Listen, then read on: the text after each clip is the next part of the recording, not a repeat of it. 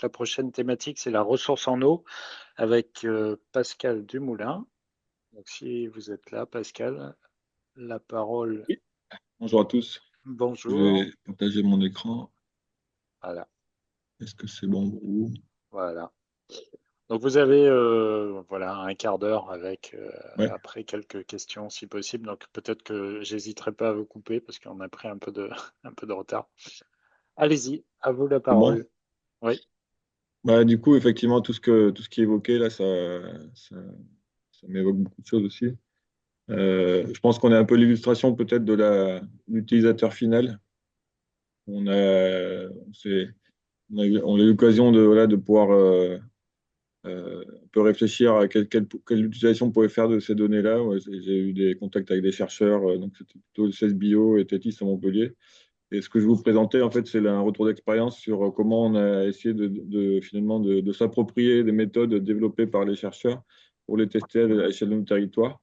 Ça a été fait dans le cadre d'un projet SCO aussi, où il y avait du coup un acteur privé dans la boucle, et avec l'idée avec ce triptyque, on arrive finalement à développer un service opérationnel. C'est tout à fait en lien avec ce qui était dit et le fait qu'effectivement, il y a des produits qui arrivent à maturité et qui sont aujourd'hui assez opérationnels à l'échelle des territoires. Voilà, donc, moi, je suis hydrologue de formation en charge du service ressources en eau au syndicat de la Durance, donc qui est une collectivité territoriale, un regroupement de collectivités plus particulière, enfin plus spécifiquement. On a donc la région, les 4 départements traversés par la Durance et les intercommunalités qui sont nos membres et qui donc cotisent un impôt commun pour une gestion intégrée de la rivière et puis aussi à la coordination des politiques publiques de l'eau à l'échelle du bassin versant de la Durance. Voilà, donc vous voyez là le périmètre. Euh, je vais vous parler de l'importance du coup de la question enfin du coup le sujet pour nous c'est la gestion de la ressource, une gestion durable et équitable entre les différents usages. L'agriculture c'est un usage important. Je vous mets quelques photos pour illustrer la variété de cultures qu'on peut avoir et de modes d'irrigation à l'échelle du bassin.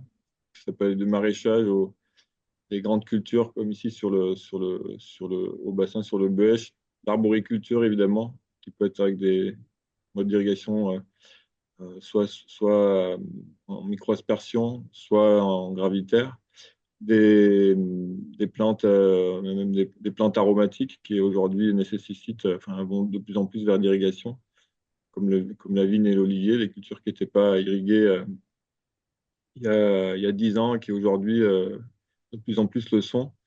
Donc la vigne, on en parlait.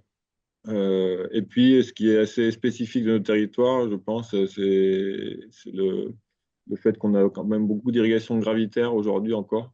Donc là, vous voyez une prairie, par exemple, qui est irriguée. Alors, c'est le cas des prairies de l'Accro aussi, dont parlait M. Chanzy, qui est irriguée en gravitaire, donc qui est inondée. Et donc, en fait, on a une grosse partie de l'eau qui va retourner au milieu, en fait, à la nappe et à la rivière via ces modes d'irrigation.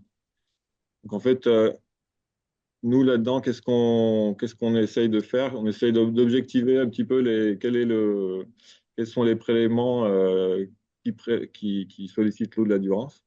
Donc on a parmi les grands usages, on a l'hydroélectricité qui turbine à peu près tout ce que produit le bassin versant, entre 3 et 6 milliards de mètres cubes. Et puis après, directement après, l'usage principal, c'est l'irrigation avec 1,5 milliard de mètres cubes qui est prélevé pour irriguer à peu près 80 000 hectares irrigués, soit à peu près 80% des surfaces irriguées en PACA.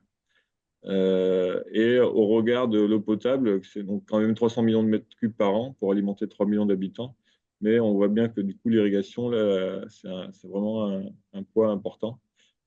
Et l'industrie, c'est 100 millions de mètres cubes. Donc nous, notre rôle, c'est d'arriver finalement à pouvoir quantifier ces besoins et leurs évolutions dans le futur dans un contexte de changement climatique. Et pour ce faire, on a développé un outil, maquette numérique du bassin versant de la Durance, qui va simuler comment l'eau circule depuis les débits dans les rivières et puis caractériser les différents usages, notamment l'irrigation, pour bien comprendre comment l'eau est partagée aujourd'hui avec les différentes règles de gestion des aménagements et des canaux et comment dans le futur ça va évoluer. Enfin, en tout cas, on sait que la ressource va diminuer, on a des projections, on a des données de débit futur, et l'idée c'est de mettre ça en face des besoins et finalement de mettre en débat le partage de l'eau à l'échelle du bassin de la Durance euh, dans un contexte de changement climatique.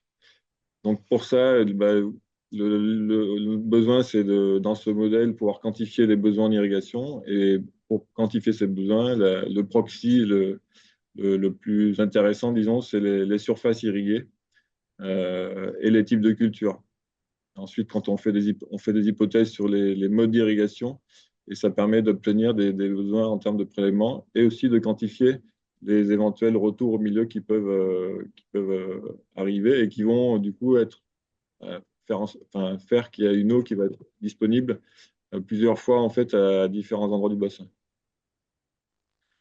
Donc sur notre expérience en télédétection, on a, discuté avec donc, des chercheurs de CESBio et de Tétis, donc CESBio à Toulouse et Tétis à Montpellier, qui avaient des méthodes qui étaient déjà quasiment opérationnelles, alors qu'ils utilisaient soit le signal radar, Sentinel-1, soit le signal optique.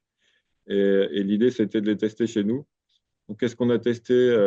On a fait ça sur une année avec une personne qui était recrutée. Donc, j'ai oublié de le mentionner au début, mais c'est un projet cette action a été financée par le programme Life for Climat, donc de l'Union européenne et également par l'Agence de l'eau. Donc, qu'est-ce qu'on a testé comme méthode? Bah, alors, il y a les méthodes basées sur le radar. Donc, ça, c'est Tétis. Donc, d'une part, pour détecter l'humidité du sol, d'autre part, pour détecter l'irrigation. Ça, c'est les deux qui sont en bas. Et les méthodes basées sur le signal optique.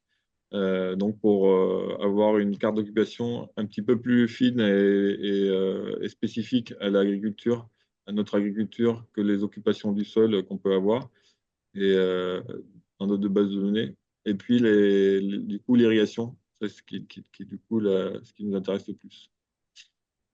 Hop. Donc, comme je disais, on a recruté une personne pendant un an.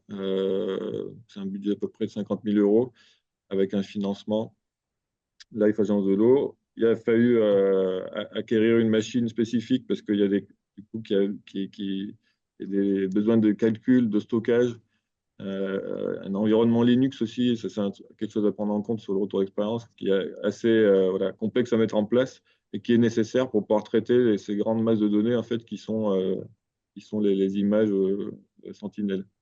Et puis ensuite, donc, on a conventionné avec les organismes de recherche de manière à ce qu'elles puissent former la personne qu'on a recrutée aux méthodes, aux algorithmes qu'elles avaient mis en place, et puis nous récupérer ces algorithmes et les tester sur notre territoire.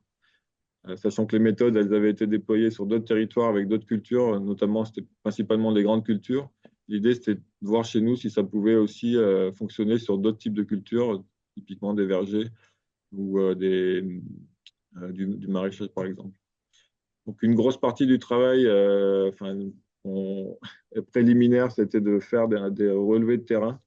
Donc, on a identifié 5 territoires pilotes un peu contrastés. Donc, le Buèche, l'As, qui sont des affluents de la Durance, et puis le Val de Durance en moyenne Durance et en basse Durance.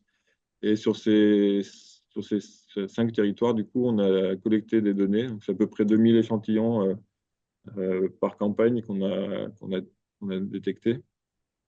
Et pour ça, on a travaillé avec les chambres d'agriculture, donc des Alpes d'Haute-Provence, des Hautes-Alpes et des Bouches-du-Rhône, qui nous ont apporté leur expertise sur il fallait donc les relevés de terrain, ça consiste à faire un circuit et aller regarder sur relever disons des points pour des parcelles.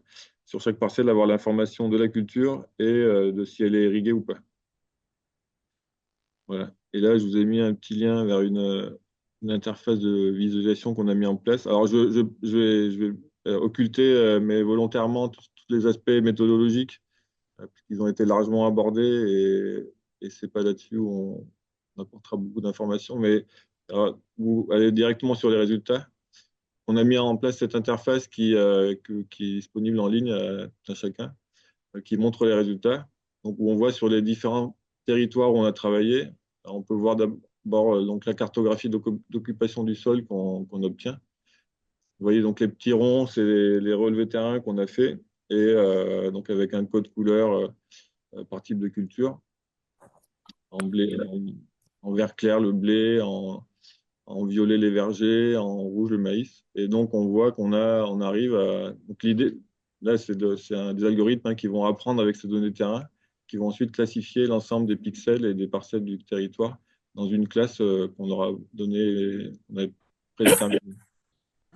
Euh, donc, bah, l'idée, c'est que les points, enfin, que les couleurs soient les mêmes entre le point terrain et la parcelle qu'on caractérise. Donc, dans la plupart des cas, ça fonctionne. Il y a d'autres territoires où ça fonctionne un peu moins bien, parce qu'on a d'autres types de cultures. Mais donc, on a cette enfin, ce set de données de terrain qui nous permet de faire la vérification que l'algorithme fonctionne bien. Et puis après, on a le volet irrigation, du coup. Donc là, on a les mêmes données qui fournissent cette fois l'information sur l'irrigation. Donc en bleu quand c'est irrigué, en rouge quand c'est pas irrigué. Et du coup, une cartographie à l'échelle du territoire de ce qui est irrigué et ce qui l'est pas. Alors évidemment, plus on s'éloigne des points où on a fait les relevés de terrain, plus les résultats sont à prendre avec des pincettes. Mais en tout cas, on voit que ça offre quand même des perspectives intéressantes pour un suivi à grande échelle de l'irrigation. Et c'est un petit peu ce qui nous intéressait, sachant que la seule base de données aujourd'hui publique qui fournit cette information, c'est les recensements agricoles, qui ne sont pas spatialisés et qui sont faits uniquement tous les 10 ans, sur la base d'enquêtes, en plus avec des biais d'interprétation qui sont assez difficiles à lever. Voilà. Donc là, on peut aller voir aussi sur certains secteurs quand la coïncidence entre les secteurs irrigués, donc qui apparaissent en hachuré, et les secteurs non irrigués qui apparaissent en rouge, alors, problème d'échelle. Bon, ça, je vous laisserai, vous pourrez aller voir. Mais donc, c'est ces résultats-là nous, on exploite pour, dans notre outil, faire l'état de l'irrigation aujourd'hui. Et avec l'idée, ensuite, bah, de travailler aussi avec les acteurs de l'agriculture pour voir comment enfin, comment l'agriculture va évoluer dans le futur pour faire évoluer ensuite les besoins d'eau, les besoins en eau dans notre maquette numérique. En termes de résultats, pour terminer, donc sur l'humidité du sol, en fait, c'est des résultats qui ne sont pas exploitables directement parce qu'il faut le décorréler de la météorologie. Et donc ça, Tétis y travaille, ils ont un algorithme qui fonctionne à peu près là-dessus. Par contre, toutes les cultures arborestiques sont exclues. Pour nous, ça, c'est un peu rédhibitoire, c'est-à-dire qu'on a tout ce qui est verger, vigne, même les lavandes. En fait, ça peut pas être inclus dans l'analyse, que le radar, du coup, ne pénètre pas dans ces cultures. Et sur l'irrigation, donc on a quand même des résultats assez satisfaisants, avec une précision globale, c'est-à-dire quand on compare ce que nous donne l'algorithme avec nos relevés terrain, ben, entre 60 et 90%, on a une correspondance entre 60 et 90% entre les résultats et terrain pour la méthode Tétis. Et pour la méthode 16 bio, entre 75 et 90%. Donc, avec, comme je disais, pour Tétis, l'inconvénient, que toutes les cultures arbustiques sont exclues. Voilà. Donc, on voit il y a des types de cultures et surtout des modes d'irrigation sur lesquels l'irrigation est moins détectée et d'autres mieux détectée. L'irrigation gravitaire, elle fonctionne, évidemment, ça fonctionne très bien. Donc, tout ce qui est prairies, on les détecte très très bien, même les vergers irrigués. Par contre, dès lors qu'on est sur des modes d'irrigation plus efficaces, en micro-aspersion ou goutte à goutte, là, l'irrigation elle devient difficilement détectable. Voilà. Et nous, la dernière étape, ça a été à partir de cette cartographie que je vous ai montré, calculer des surfaces. Et là, on s'est heurté à un vrai frein. En fait, il faut lever encore de l'absence d'une base de données des parcelles agricoles en fait, qui permettent de passer d'un raster, d'un produit raster, à ensuite des calculs de surface. On a dû travailler là-dessus, passer pas mal de temps qui n'était pas prévu, juste pour avoir ce masque des parcelles, puisque le seul produit qui existe, c'est aujourd'hui le RPG, mais qui est incomplet. Et donc, voilà. Pour conclure, Sur cette expérimentation, on a des résultats plutôt satisfaisants. En tout cas, pour nos besoins, voilà, c'est largement suffisant. Ça nous permet de consolider les données des RGA, de les spatialiser aussi et d'avoir des cartographies un peu euh, plus actualisées, enfin, avec une fréquence d'actualisation plus rapprochée. Ça marche assez bien sur les différents types de cultures qu'on peut avoir, donc c'est concluant. Sur l'irrigation gravitaire, comme je disais, et sur les années sèches, ça fonctionne bien. Sur les années humides, évidemment, l'irrigation, elle est bruitée par la météo, par les précipitations, donc ça fonctionne moins bien. On a pu le vérifier aussi, on a fait ça sur plusieurs années.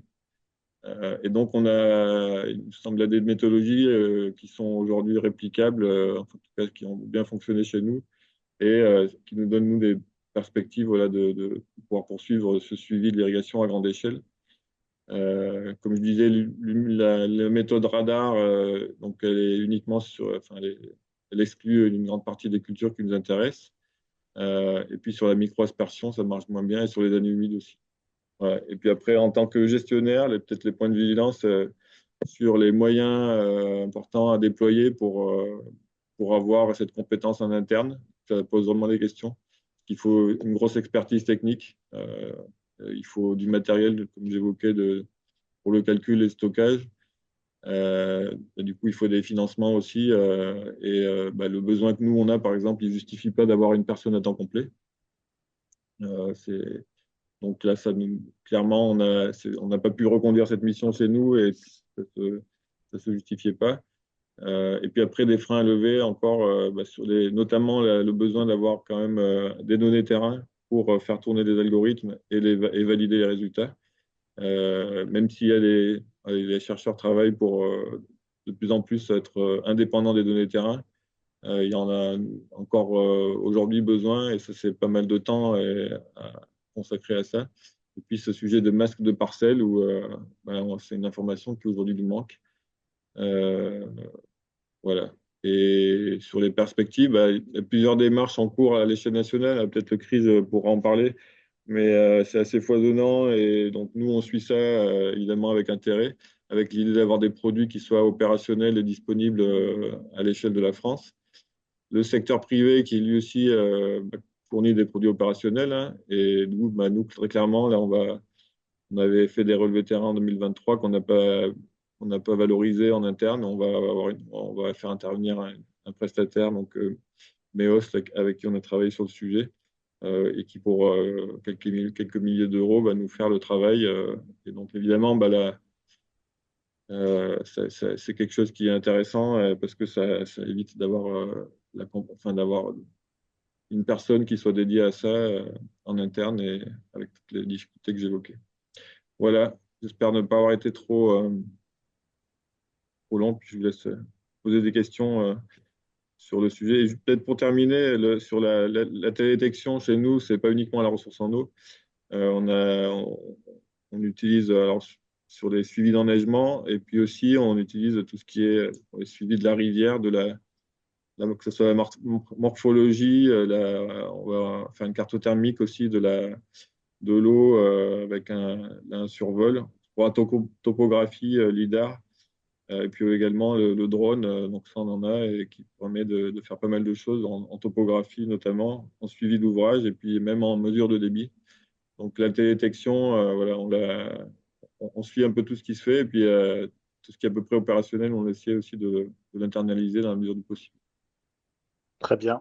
Merci beaucoup, Pascal, pour cette présentation qui est un bon exemple, du coup, pour illustrer aussi l'objectif de cette journée de la télédétection et de tout ce qu'il y a autour comme outil au service d'une collectivité pour l'aménagement du territoire et puis le lien avec tout l'écosystème que vous avez pu montrer, à la fois avec éventuellement des entreprises privées, des laboratoires de recherche, etc.